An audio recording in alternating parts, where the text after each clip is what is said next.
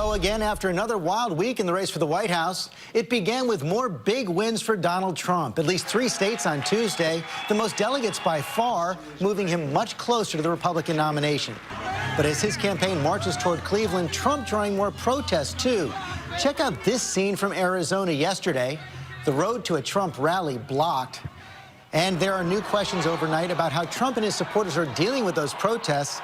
In Tucson, this protester punched and kicked as he was led away by police. The guy grabbed the sign out of my hand as I was being escorted out of the building and sucker punched me.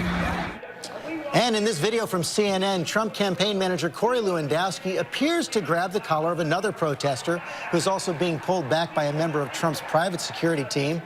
A lot to talk about this morning with Donald Trump. He joins us now by phone. Thank you for joining us this morning, Mr. Trump. So we saw these incidents in Tucson last night. What more will you be doing to stop your supporters from acting out like this?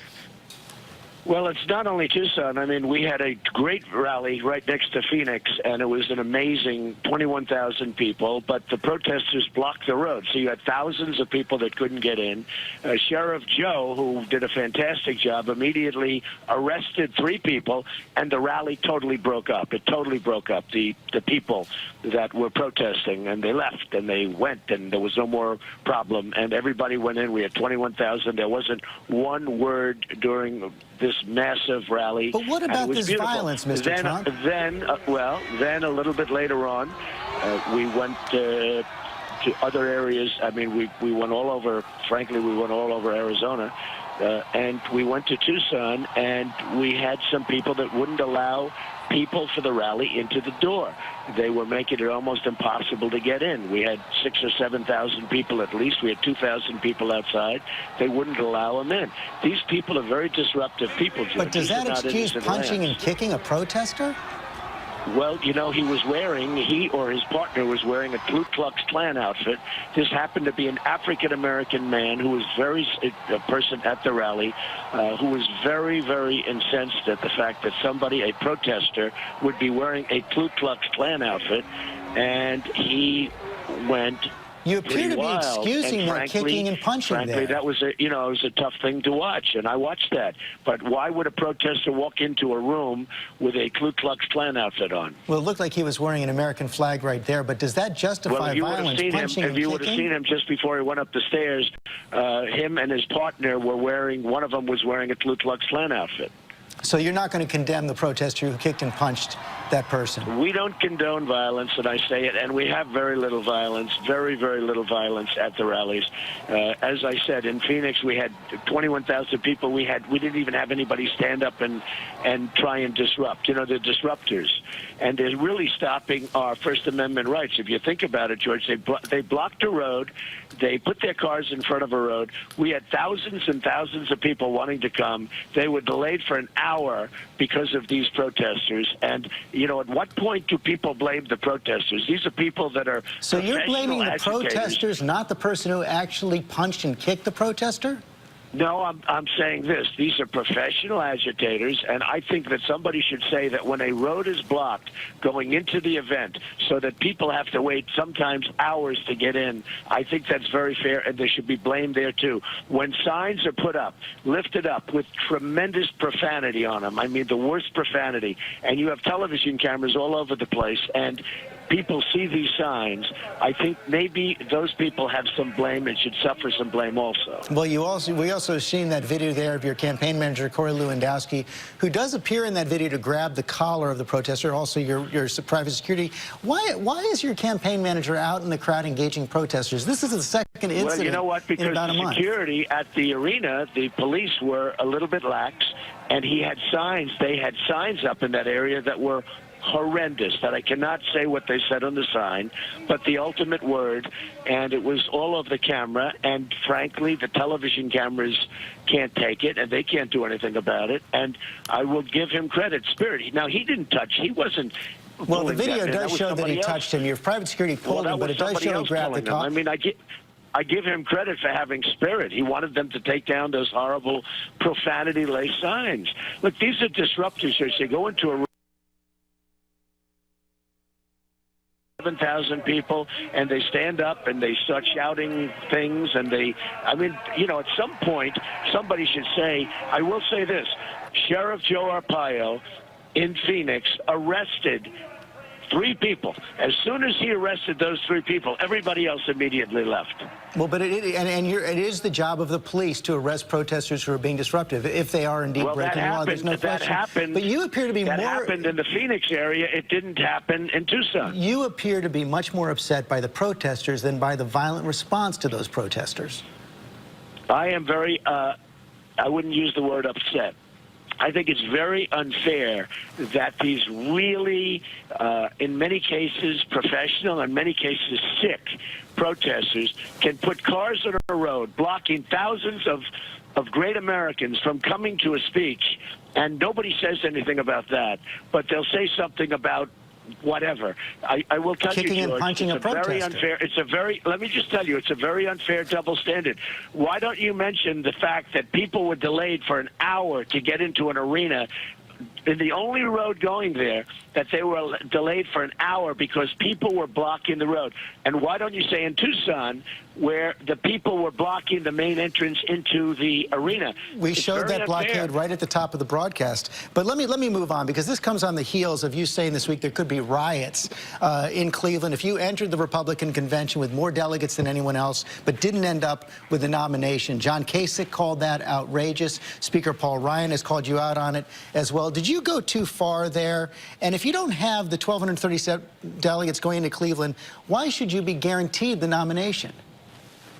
Well, I think if I'm a few short and I have, 1,200, or if I have 1,100 and somebody else is at 300 or 400 or 500, which is very likely going to be the case, and if I'm a little bit short, and one of the reasons was we had so many candidates. I mean, we started off with 17 candidates, and it came down to, finally it's down to 3, frankly. But, there's so many candidates, so it's very hard to get over that number. It's very unfair in a way. But because of the fact that there's so many candidates, and so many candidates are grabbing delegates. Now, here's what I said, and now they're out, So I think I will get over that number. I think I may get over that number fairly easily. Arizona was unbelievable yesterday. Utah, frankly, was unbelievable the day before. I think we will get over that number. There's tremendous spirit about make America great again. I mean, that's the whole thing. We're going to make America great again. But if you don't, there's nothing unfair about George, having a multi-ballot convention, is there? The biggest story in all of politics are the millions of people that are coming out to vote for me, in all fairness, for the Republican Party. They're up 75%, 72%, 102% different states in the primaries. And it's the single biggest story worldwide in politics is what's happening at the millions and millions of people that are going out to vote for me. Now, I will say this. The Democrats are down 35%, whereas the Republicans are up over 70%, and some cases much more than that. So I say this, if you're going to disenfranchise all of those people, some of whom have never voted before, and they're 50 years old and older, but if you're going to disenfranchise all of those people, independents, Democrats, we have a lot of Democrats coming over. We have a lot of independents coming over. It's okay for them to riot? People that have, we do have some people that have never voted before. I don't know what, I didn't say, all I can say is this, I don't know what's going to happen, but I will say this, you're going to have a lot of very unhappy people. And I think, frankly, for the Republicans to disenfranchise all those people, because if that happens, they're not voting and the Republicans lose. If the Republicans embrace these great people that are showing up, the Republicans are going to have a massive victory. It's not going to be a Mitt Romney slaughter because he was such a bad candidate. The Republicans are going to have a massive victory in November. I can tell you that, George. Will you tell your supporters not to riot if you lose the convention fair and square? Well, I would certainly tell them that. But, look, these people are fervent. They are really, they want to see positive things happen for our country, and I would certainly say that. I don't want to see riots. I don't want to see problems. But, you have millions of people we're talking about, George. Millions of additional people have gone. You know, I've gotten more than 2 million votes more than anybody else. 2 million votes more than anybody else. And these are millions of, and that's why I'm leading by so much. I have 21 or 22 states. You have conservatives talking about the possibility of a third-party challenge if indeed you do get the nomination in Cleveland, talking about recruiting someone like Senator Tom Coburn. How worried are you that that would cost the election, and have you done anything to try to head that off?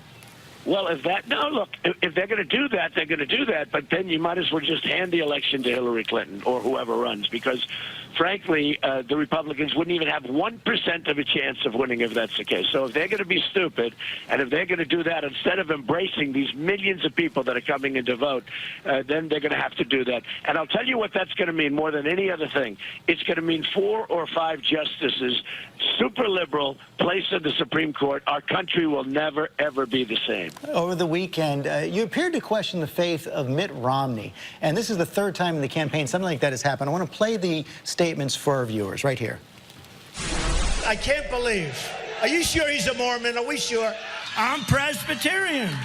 I mean, Seventh-day Adventist, I don't know about. I just don't know about. I've never seen anybody that lied as much as Ted Cruz. And he goes around saying he's a Christian. I don't know. You're going to have to really study that. You know, after the Pope spoke out about you, you said that no leader should question another person's faith. So why do you keep on doing it?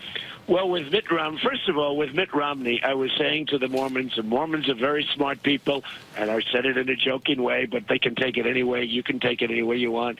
The Mormons are very smart people. I know many Mormons. I don't think Mitt Romney is a smart person. I never have thought he was a smart person. But the Mormons are very smart people. So I said, you sure he's a Mormon?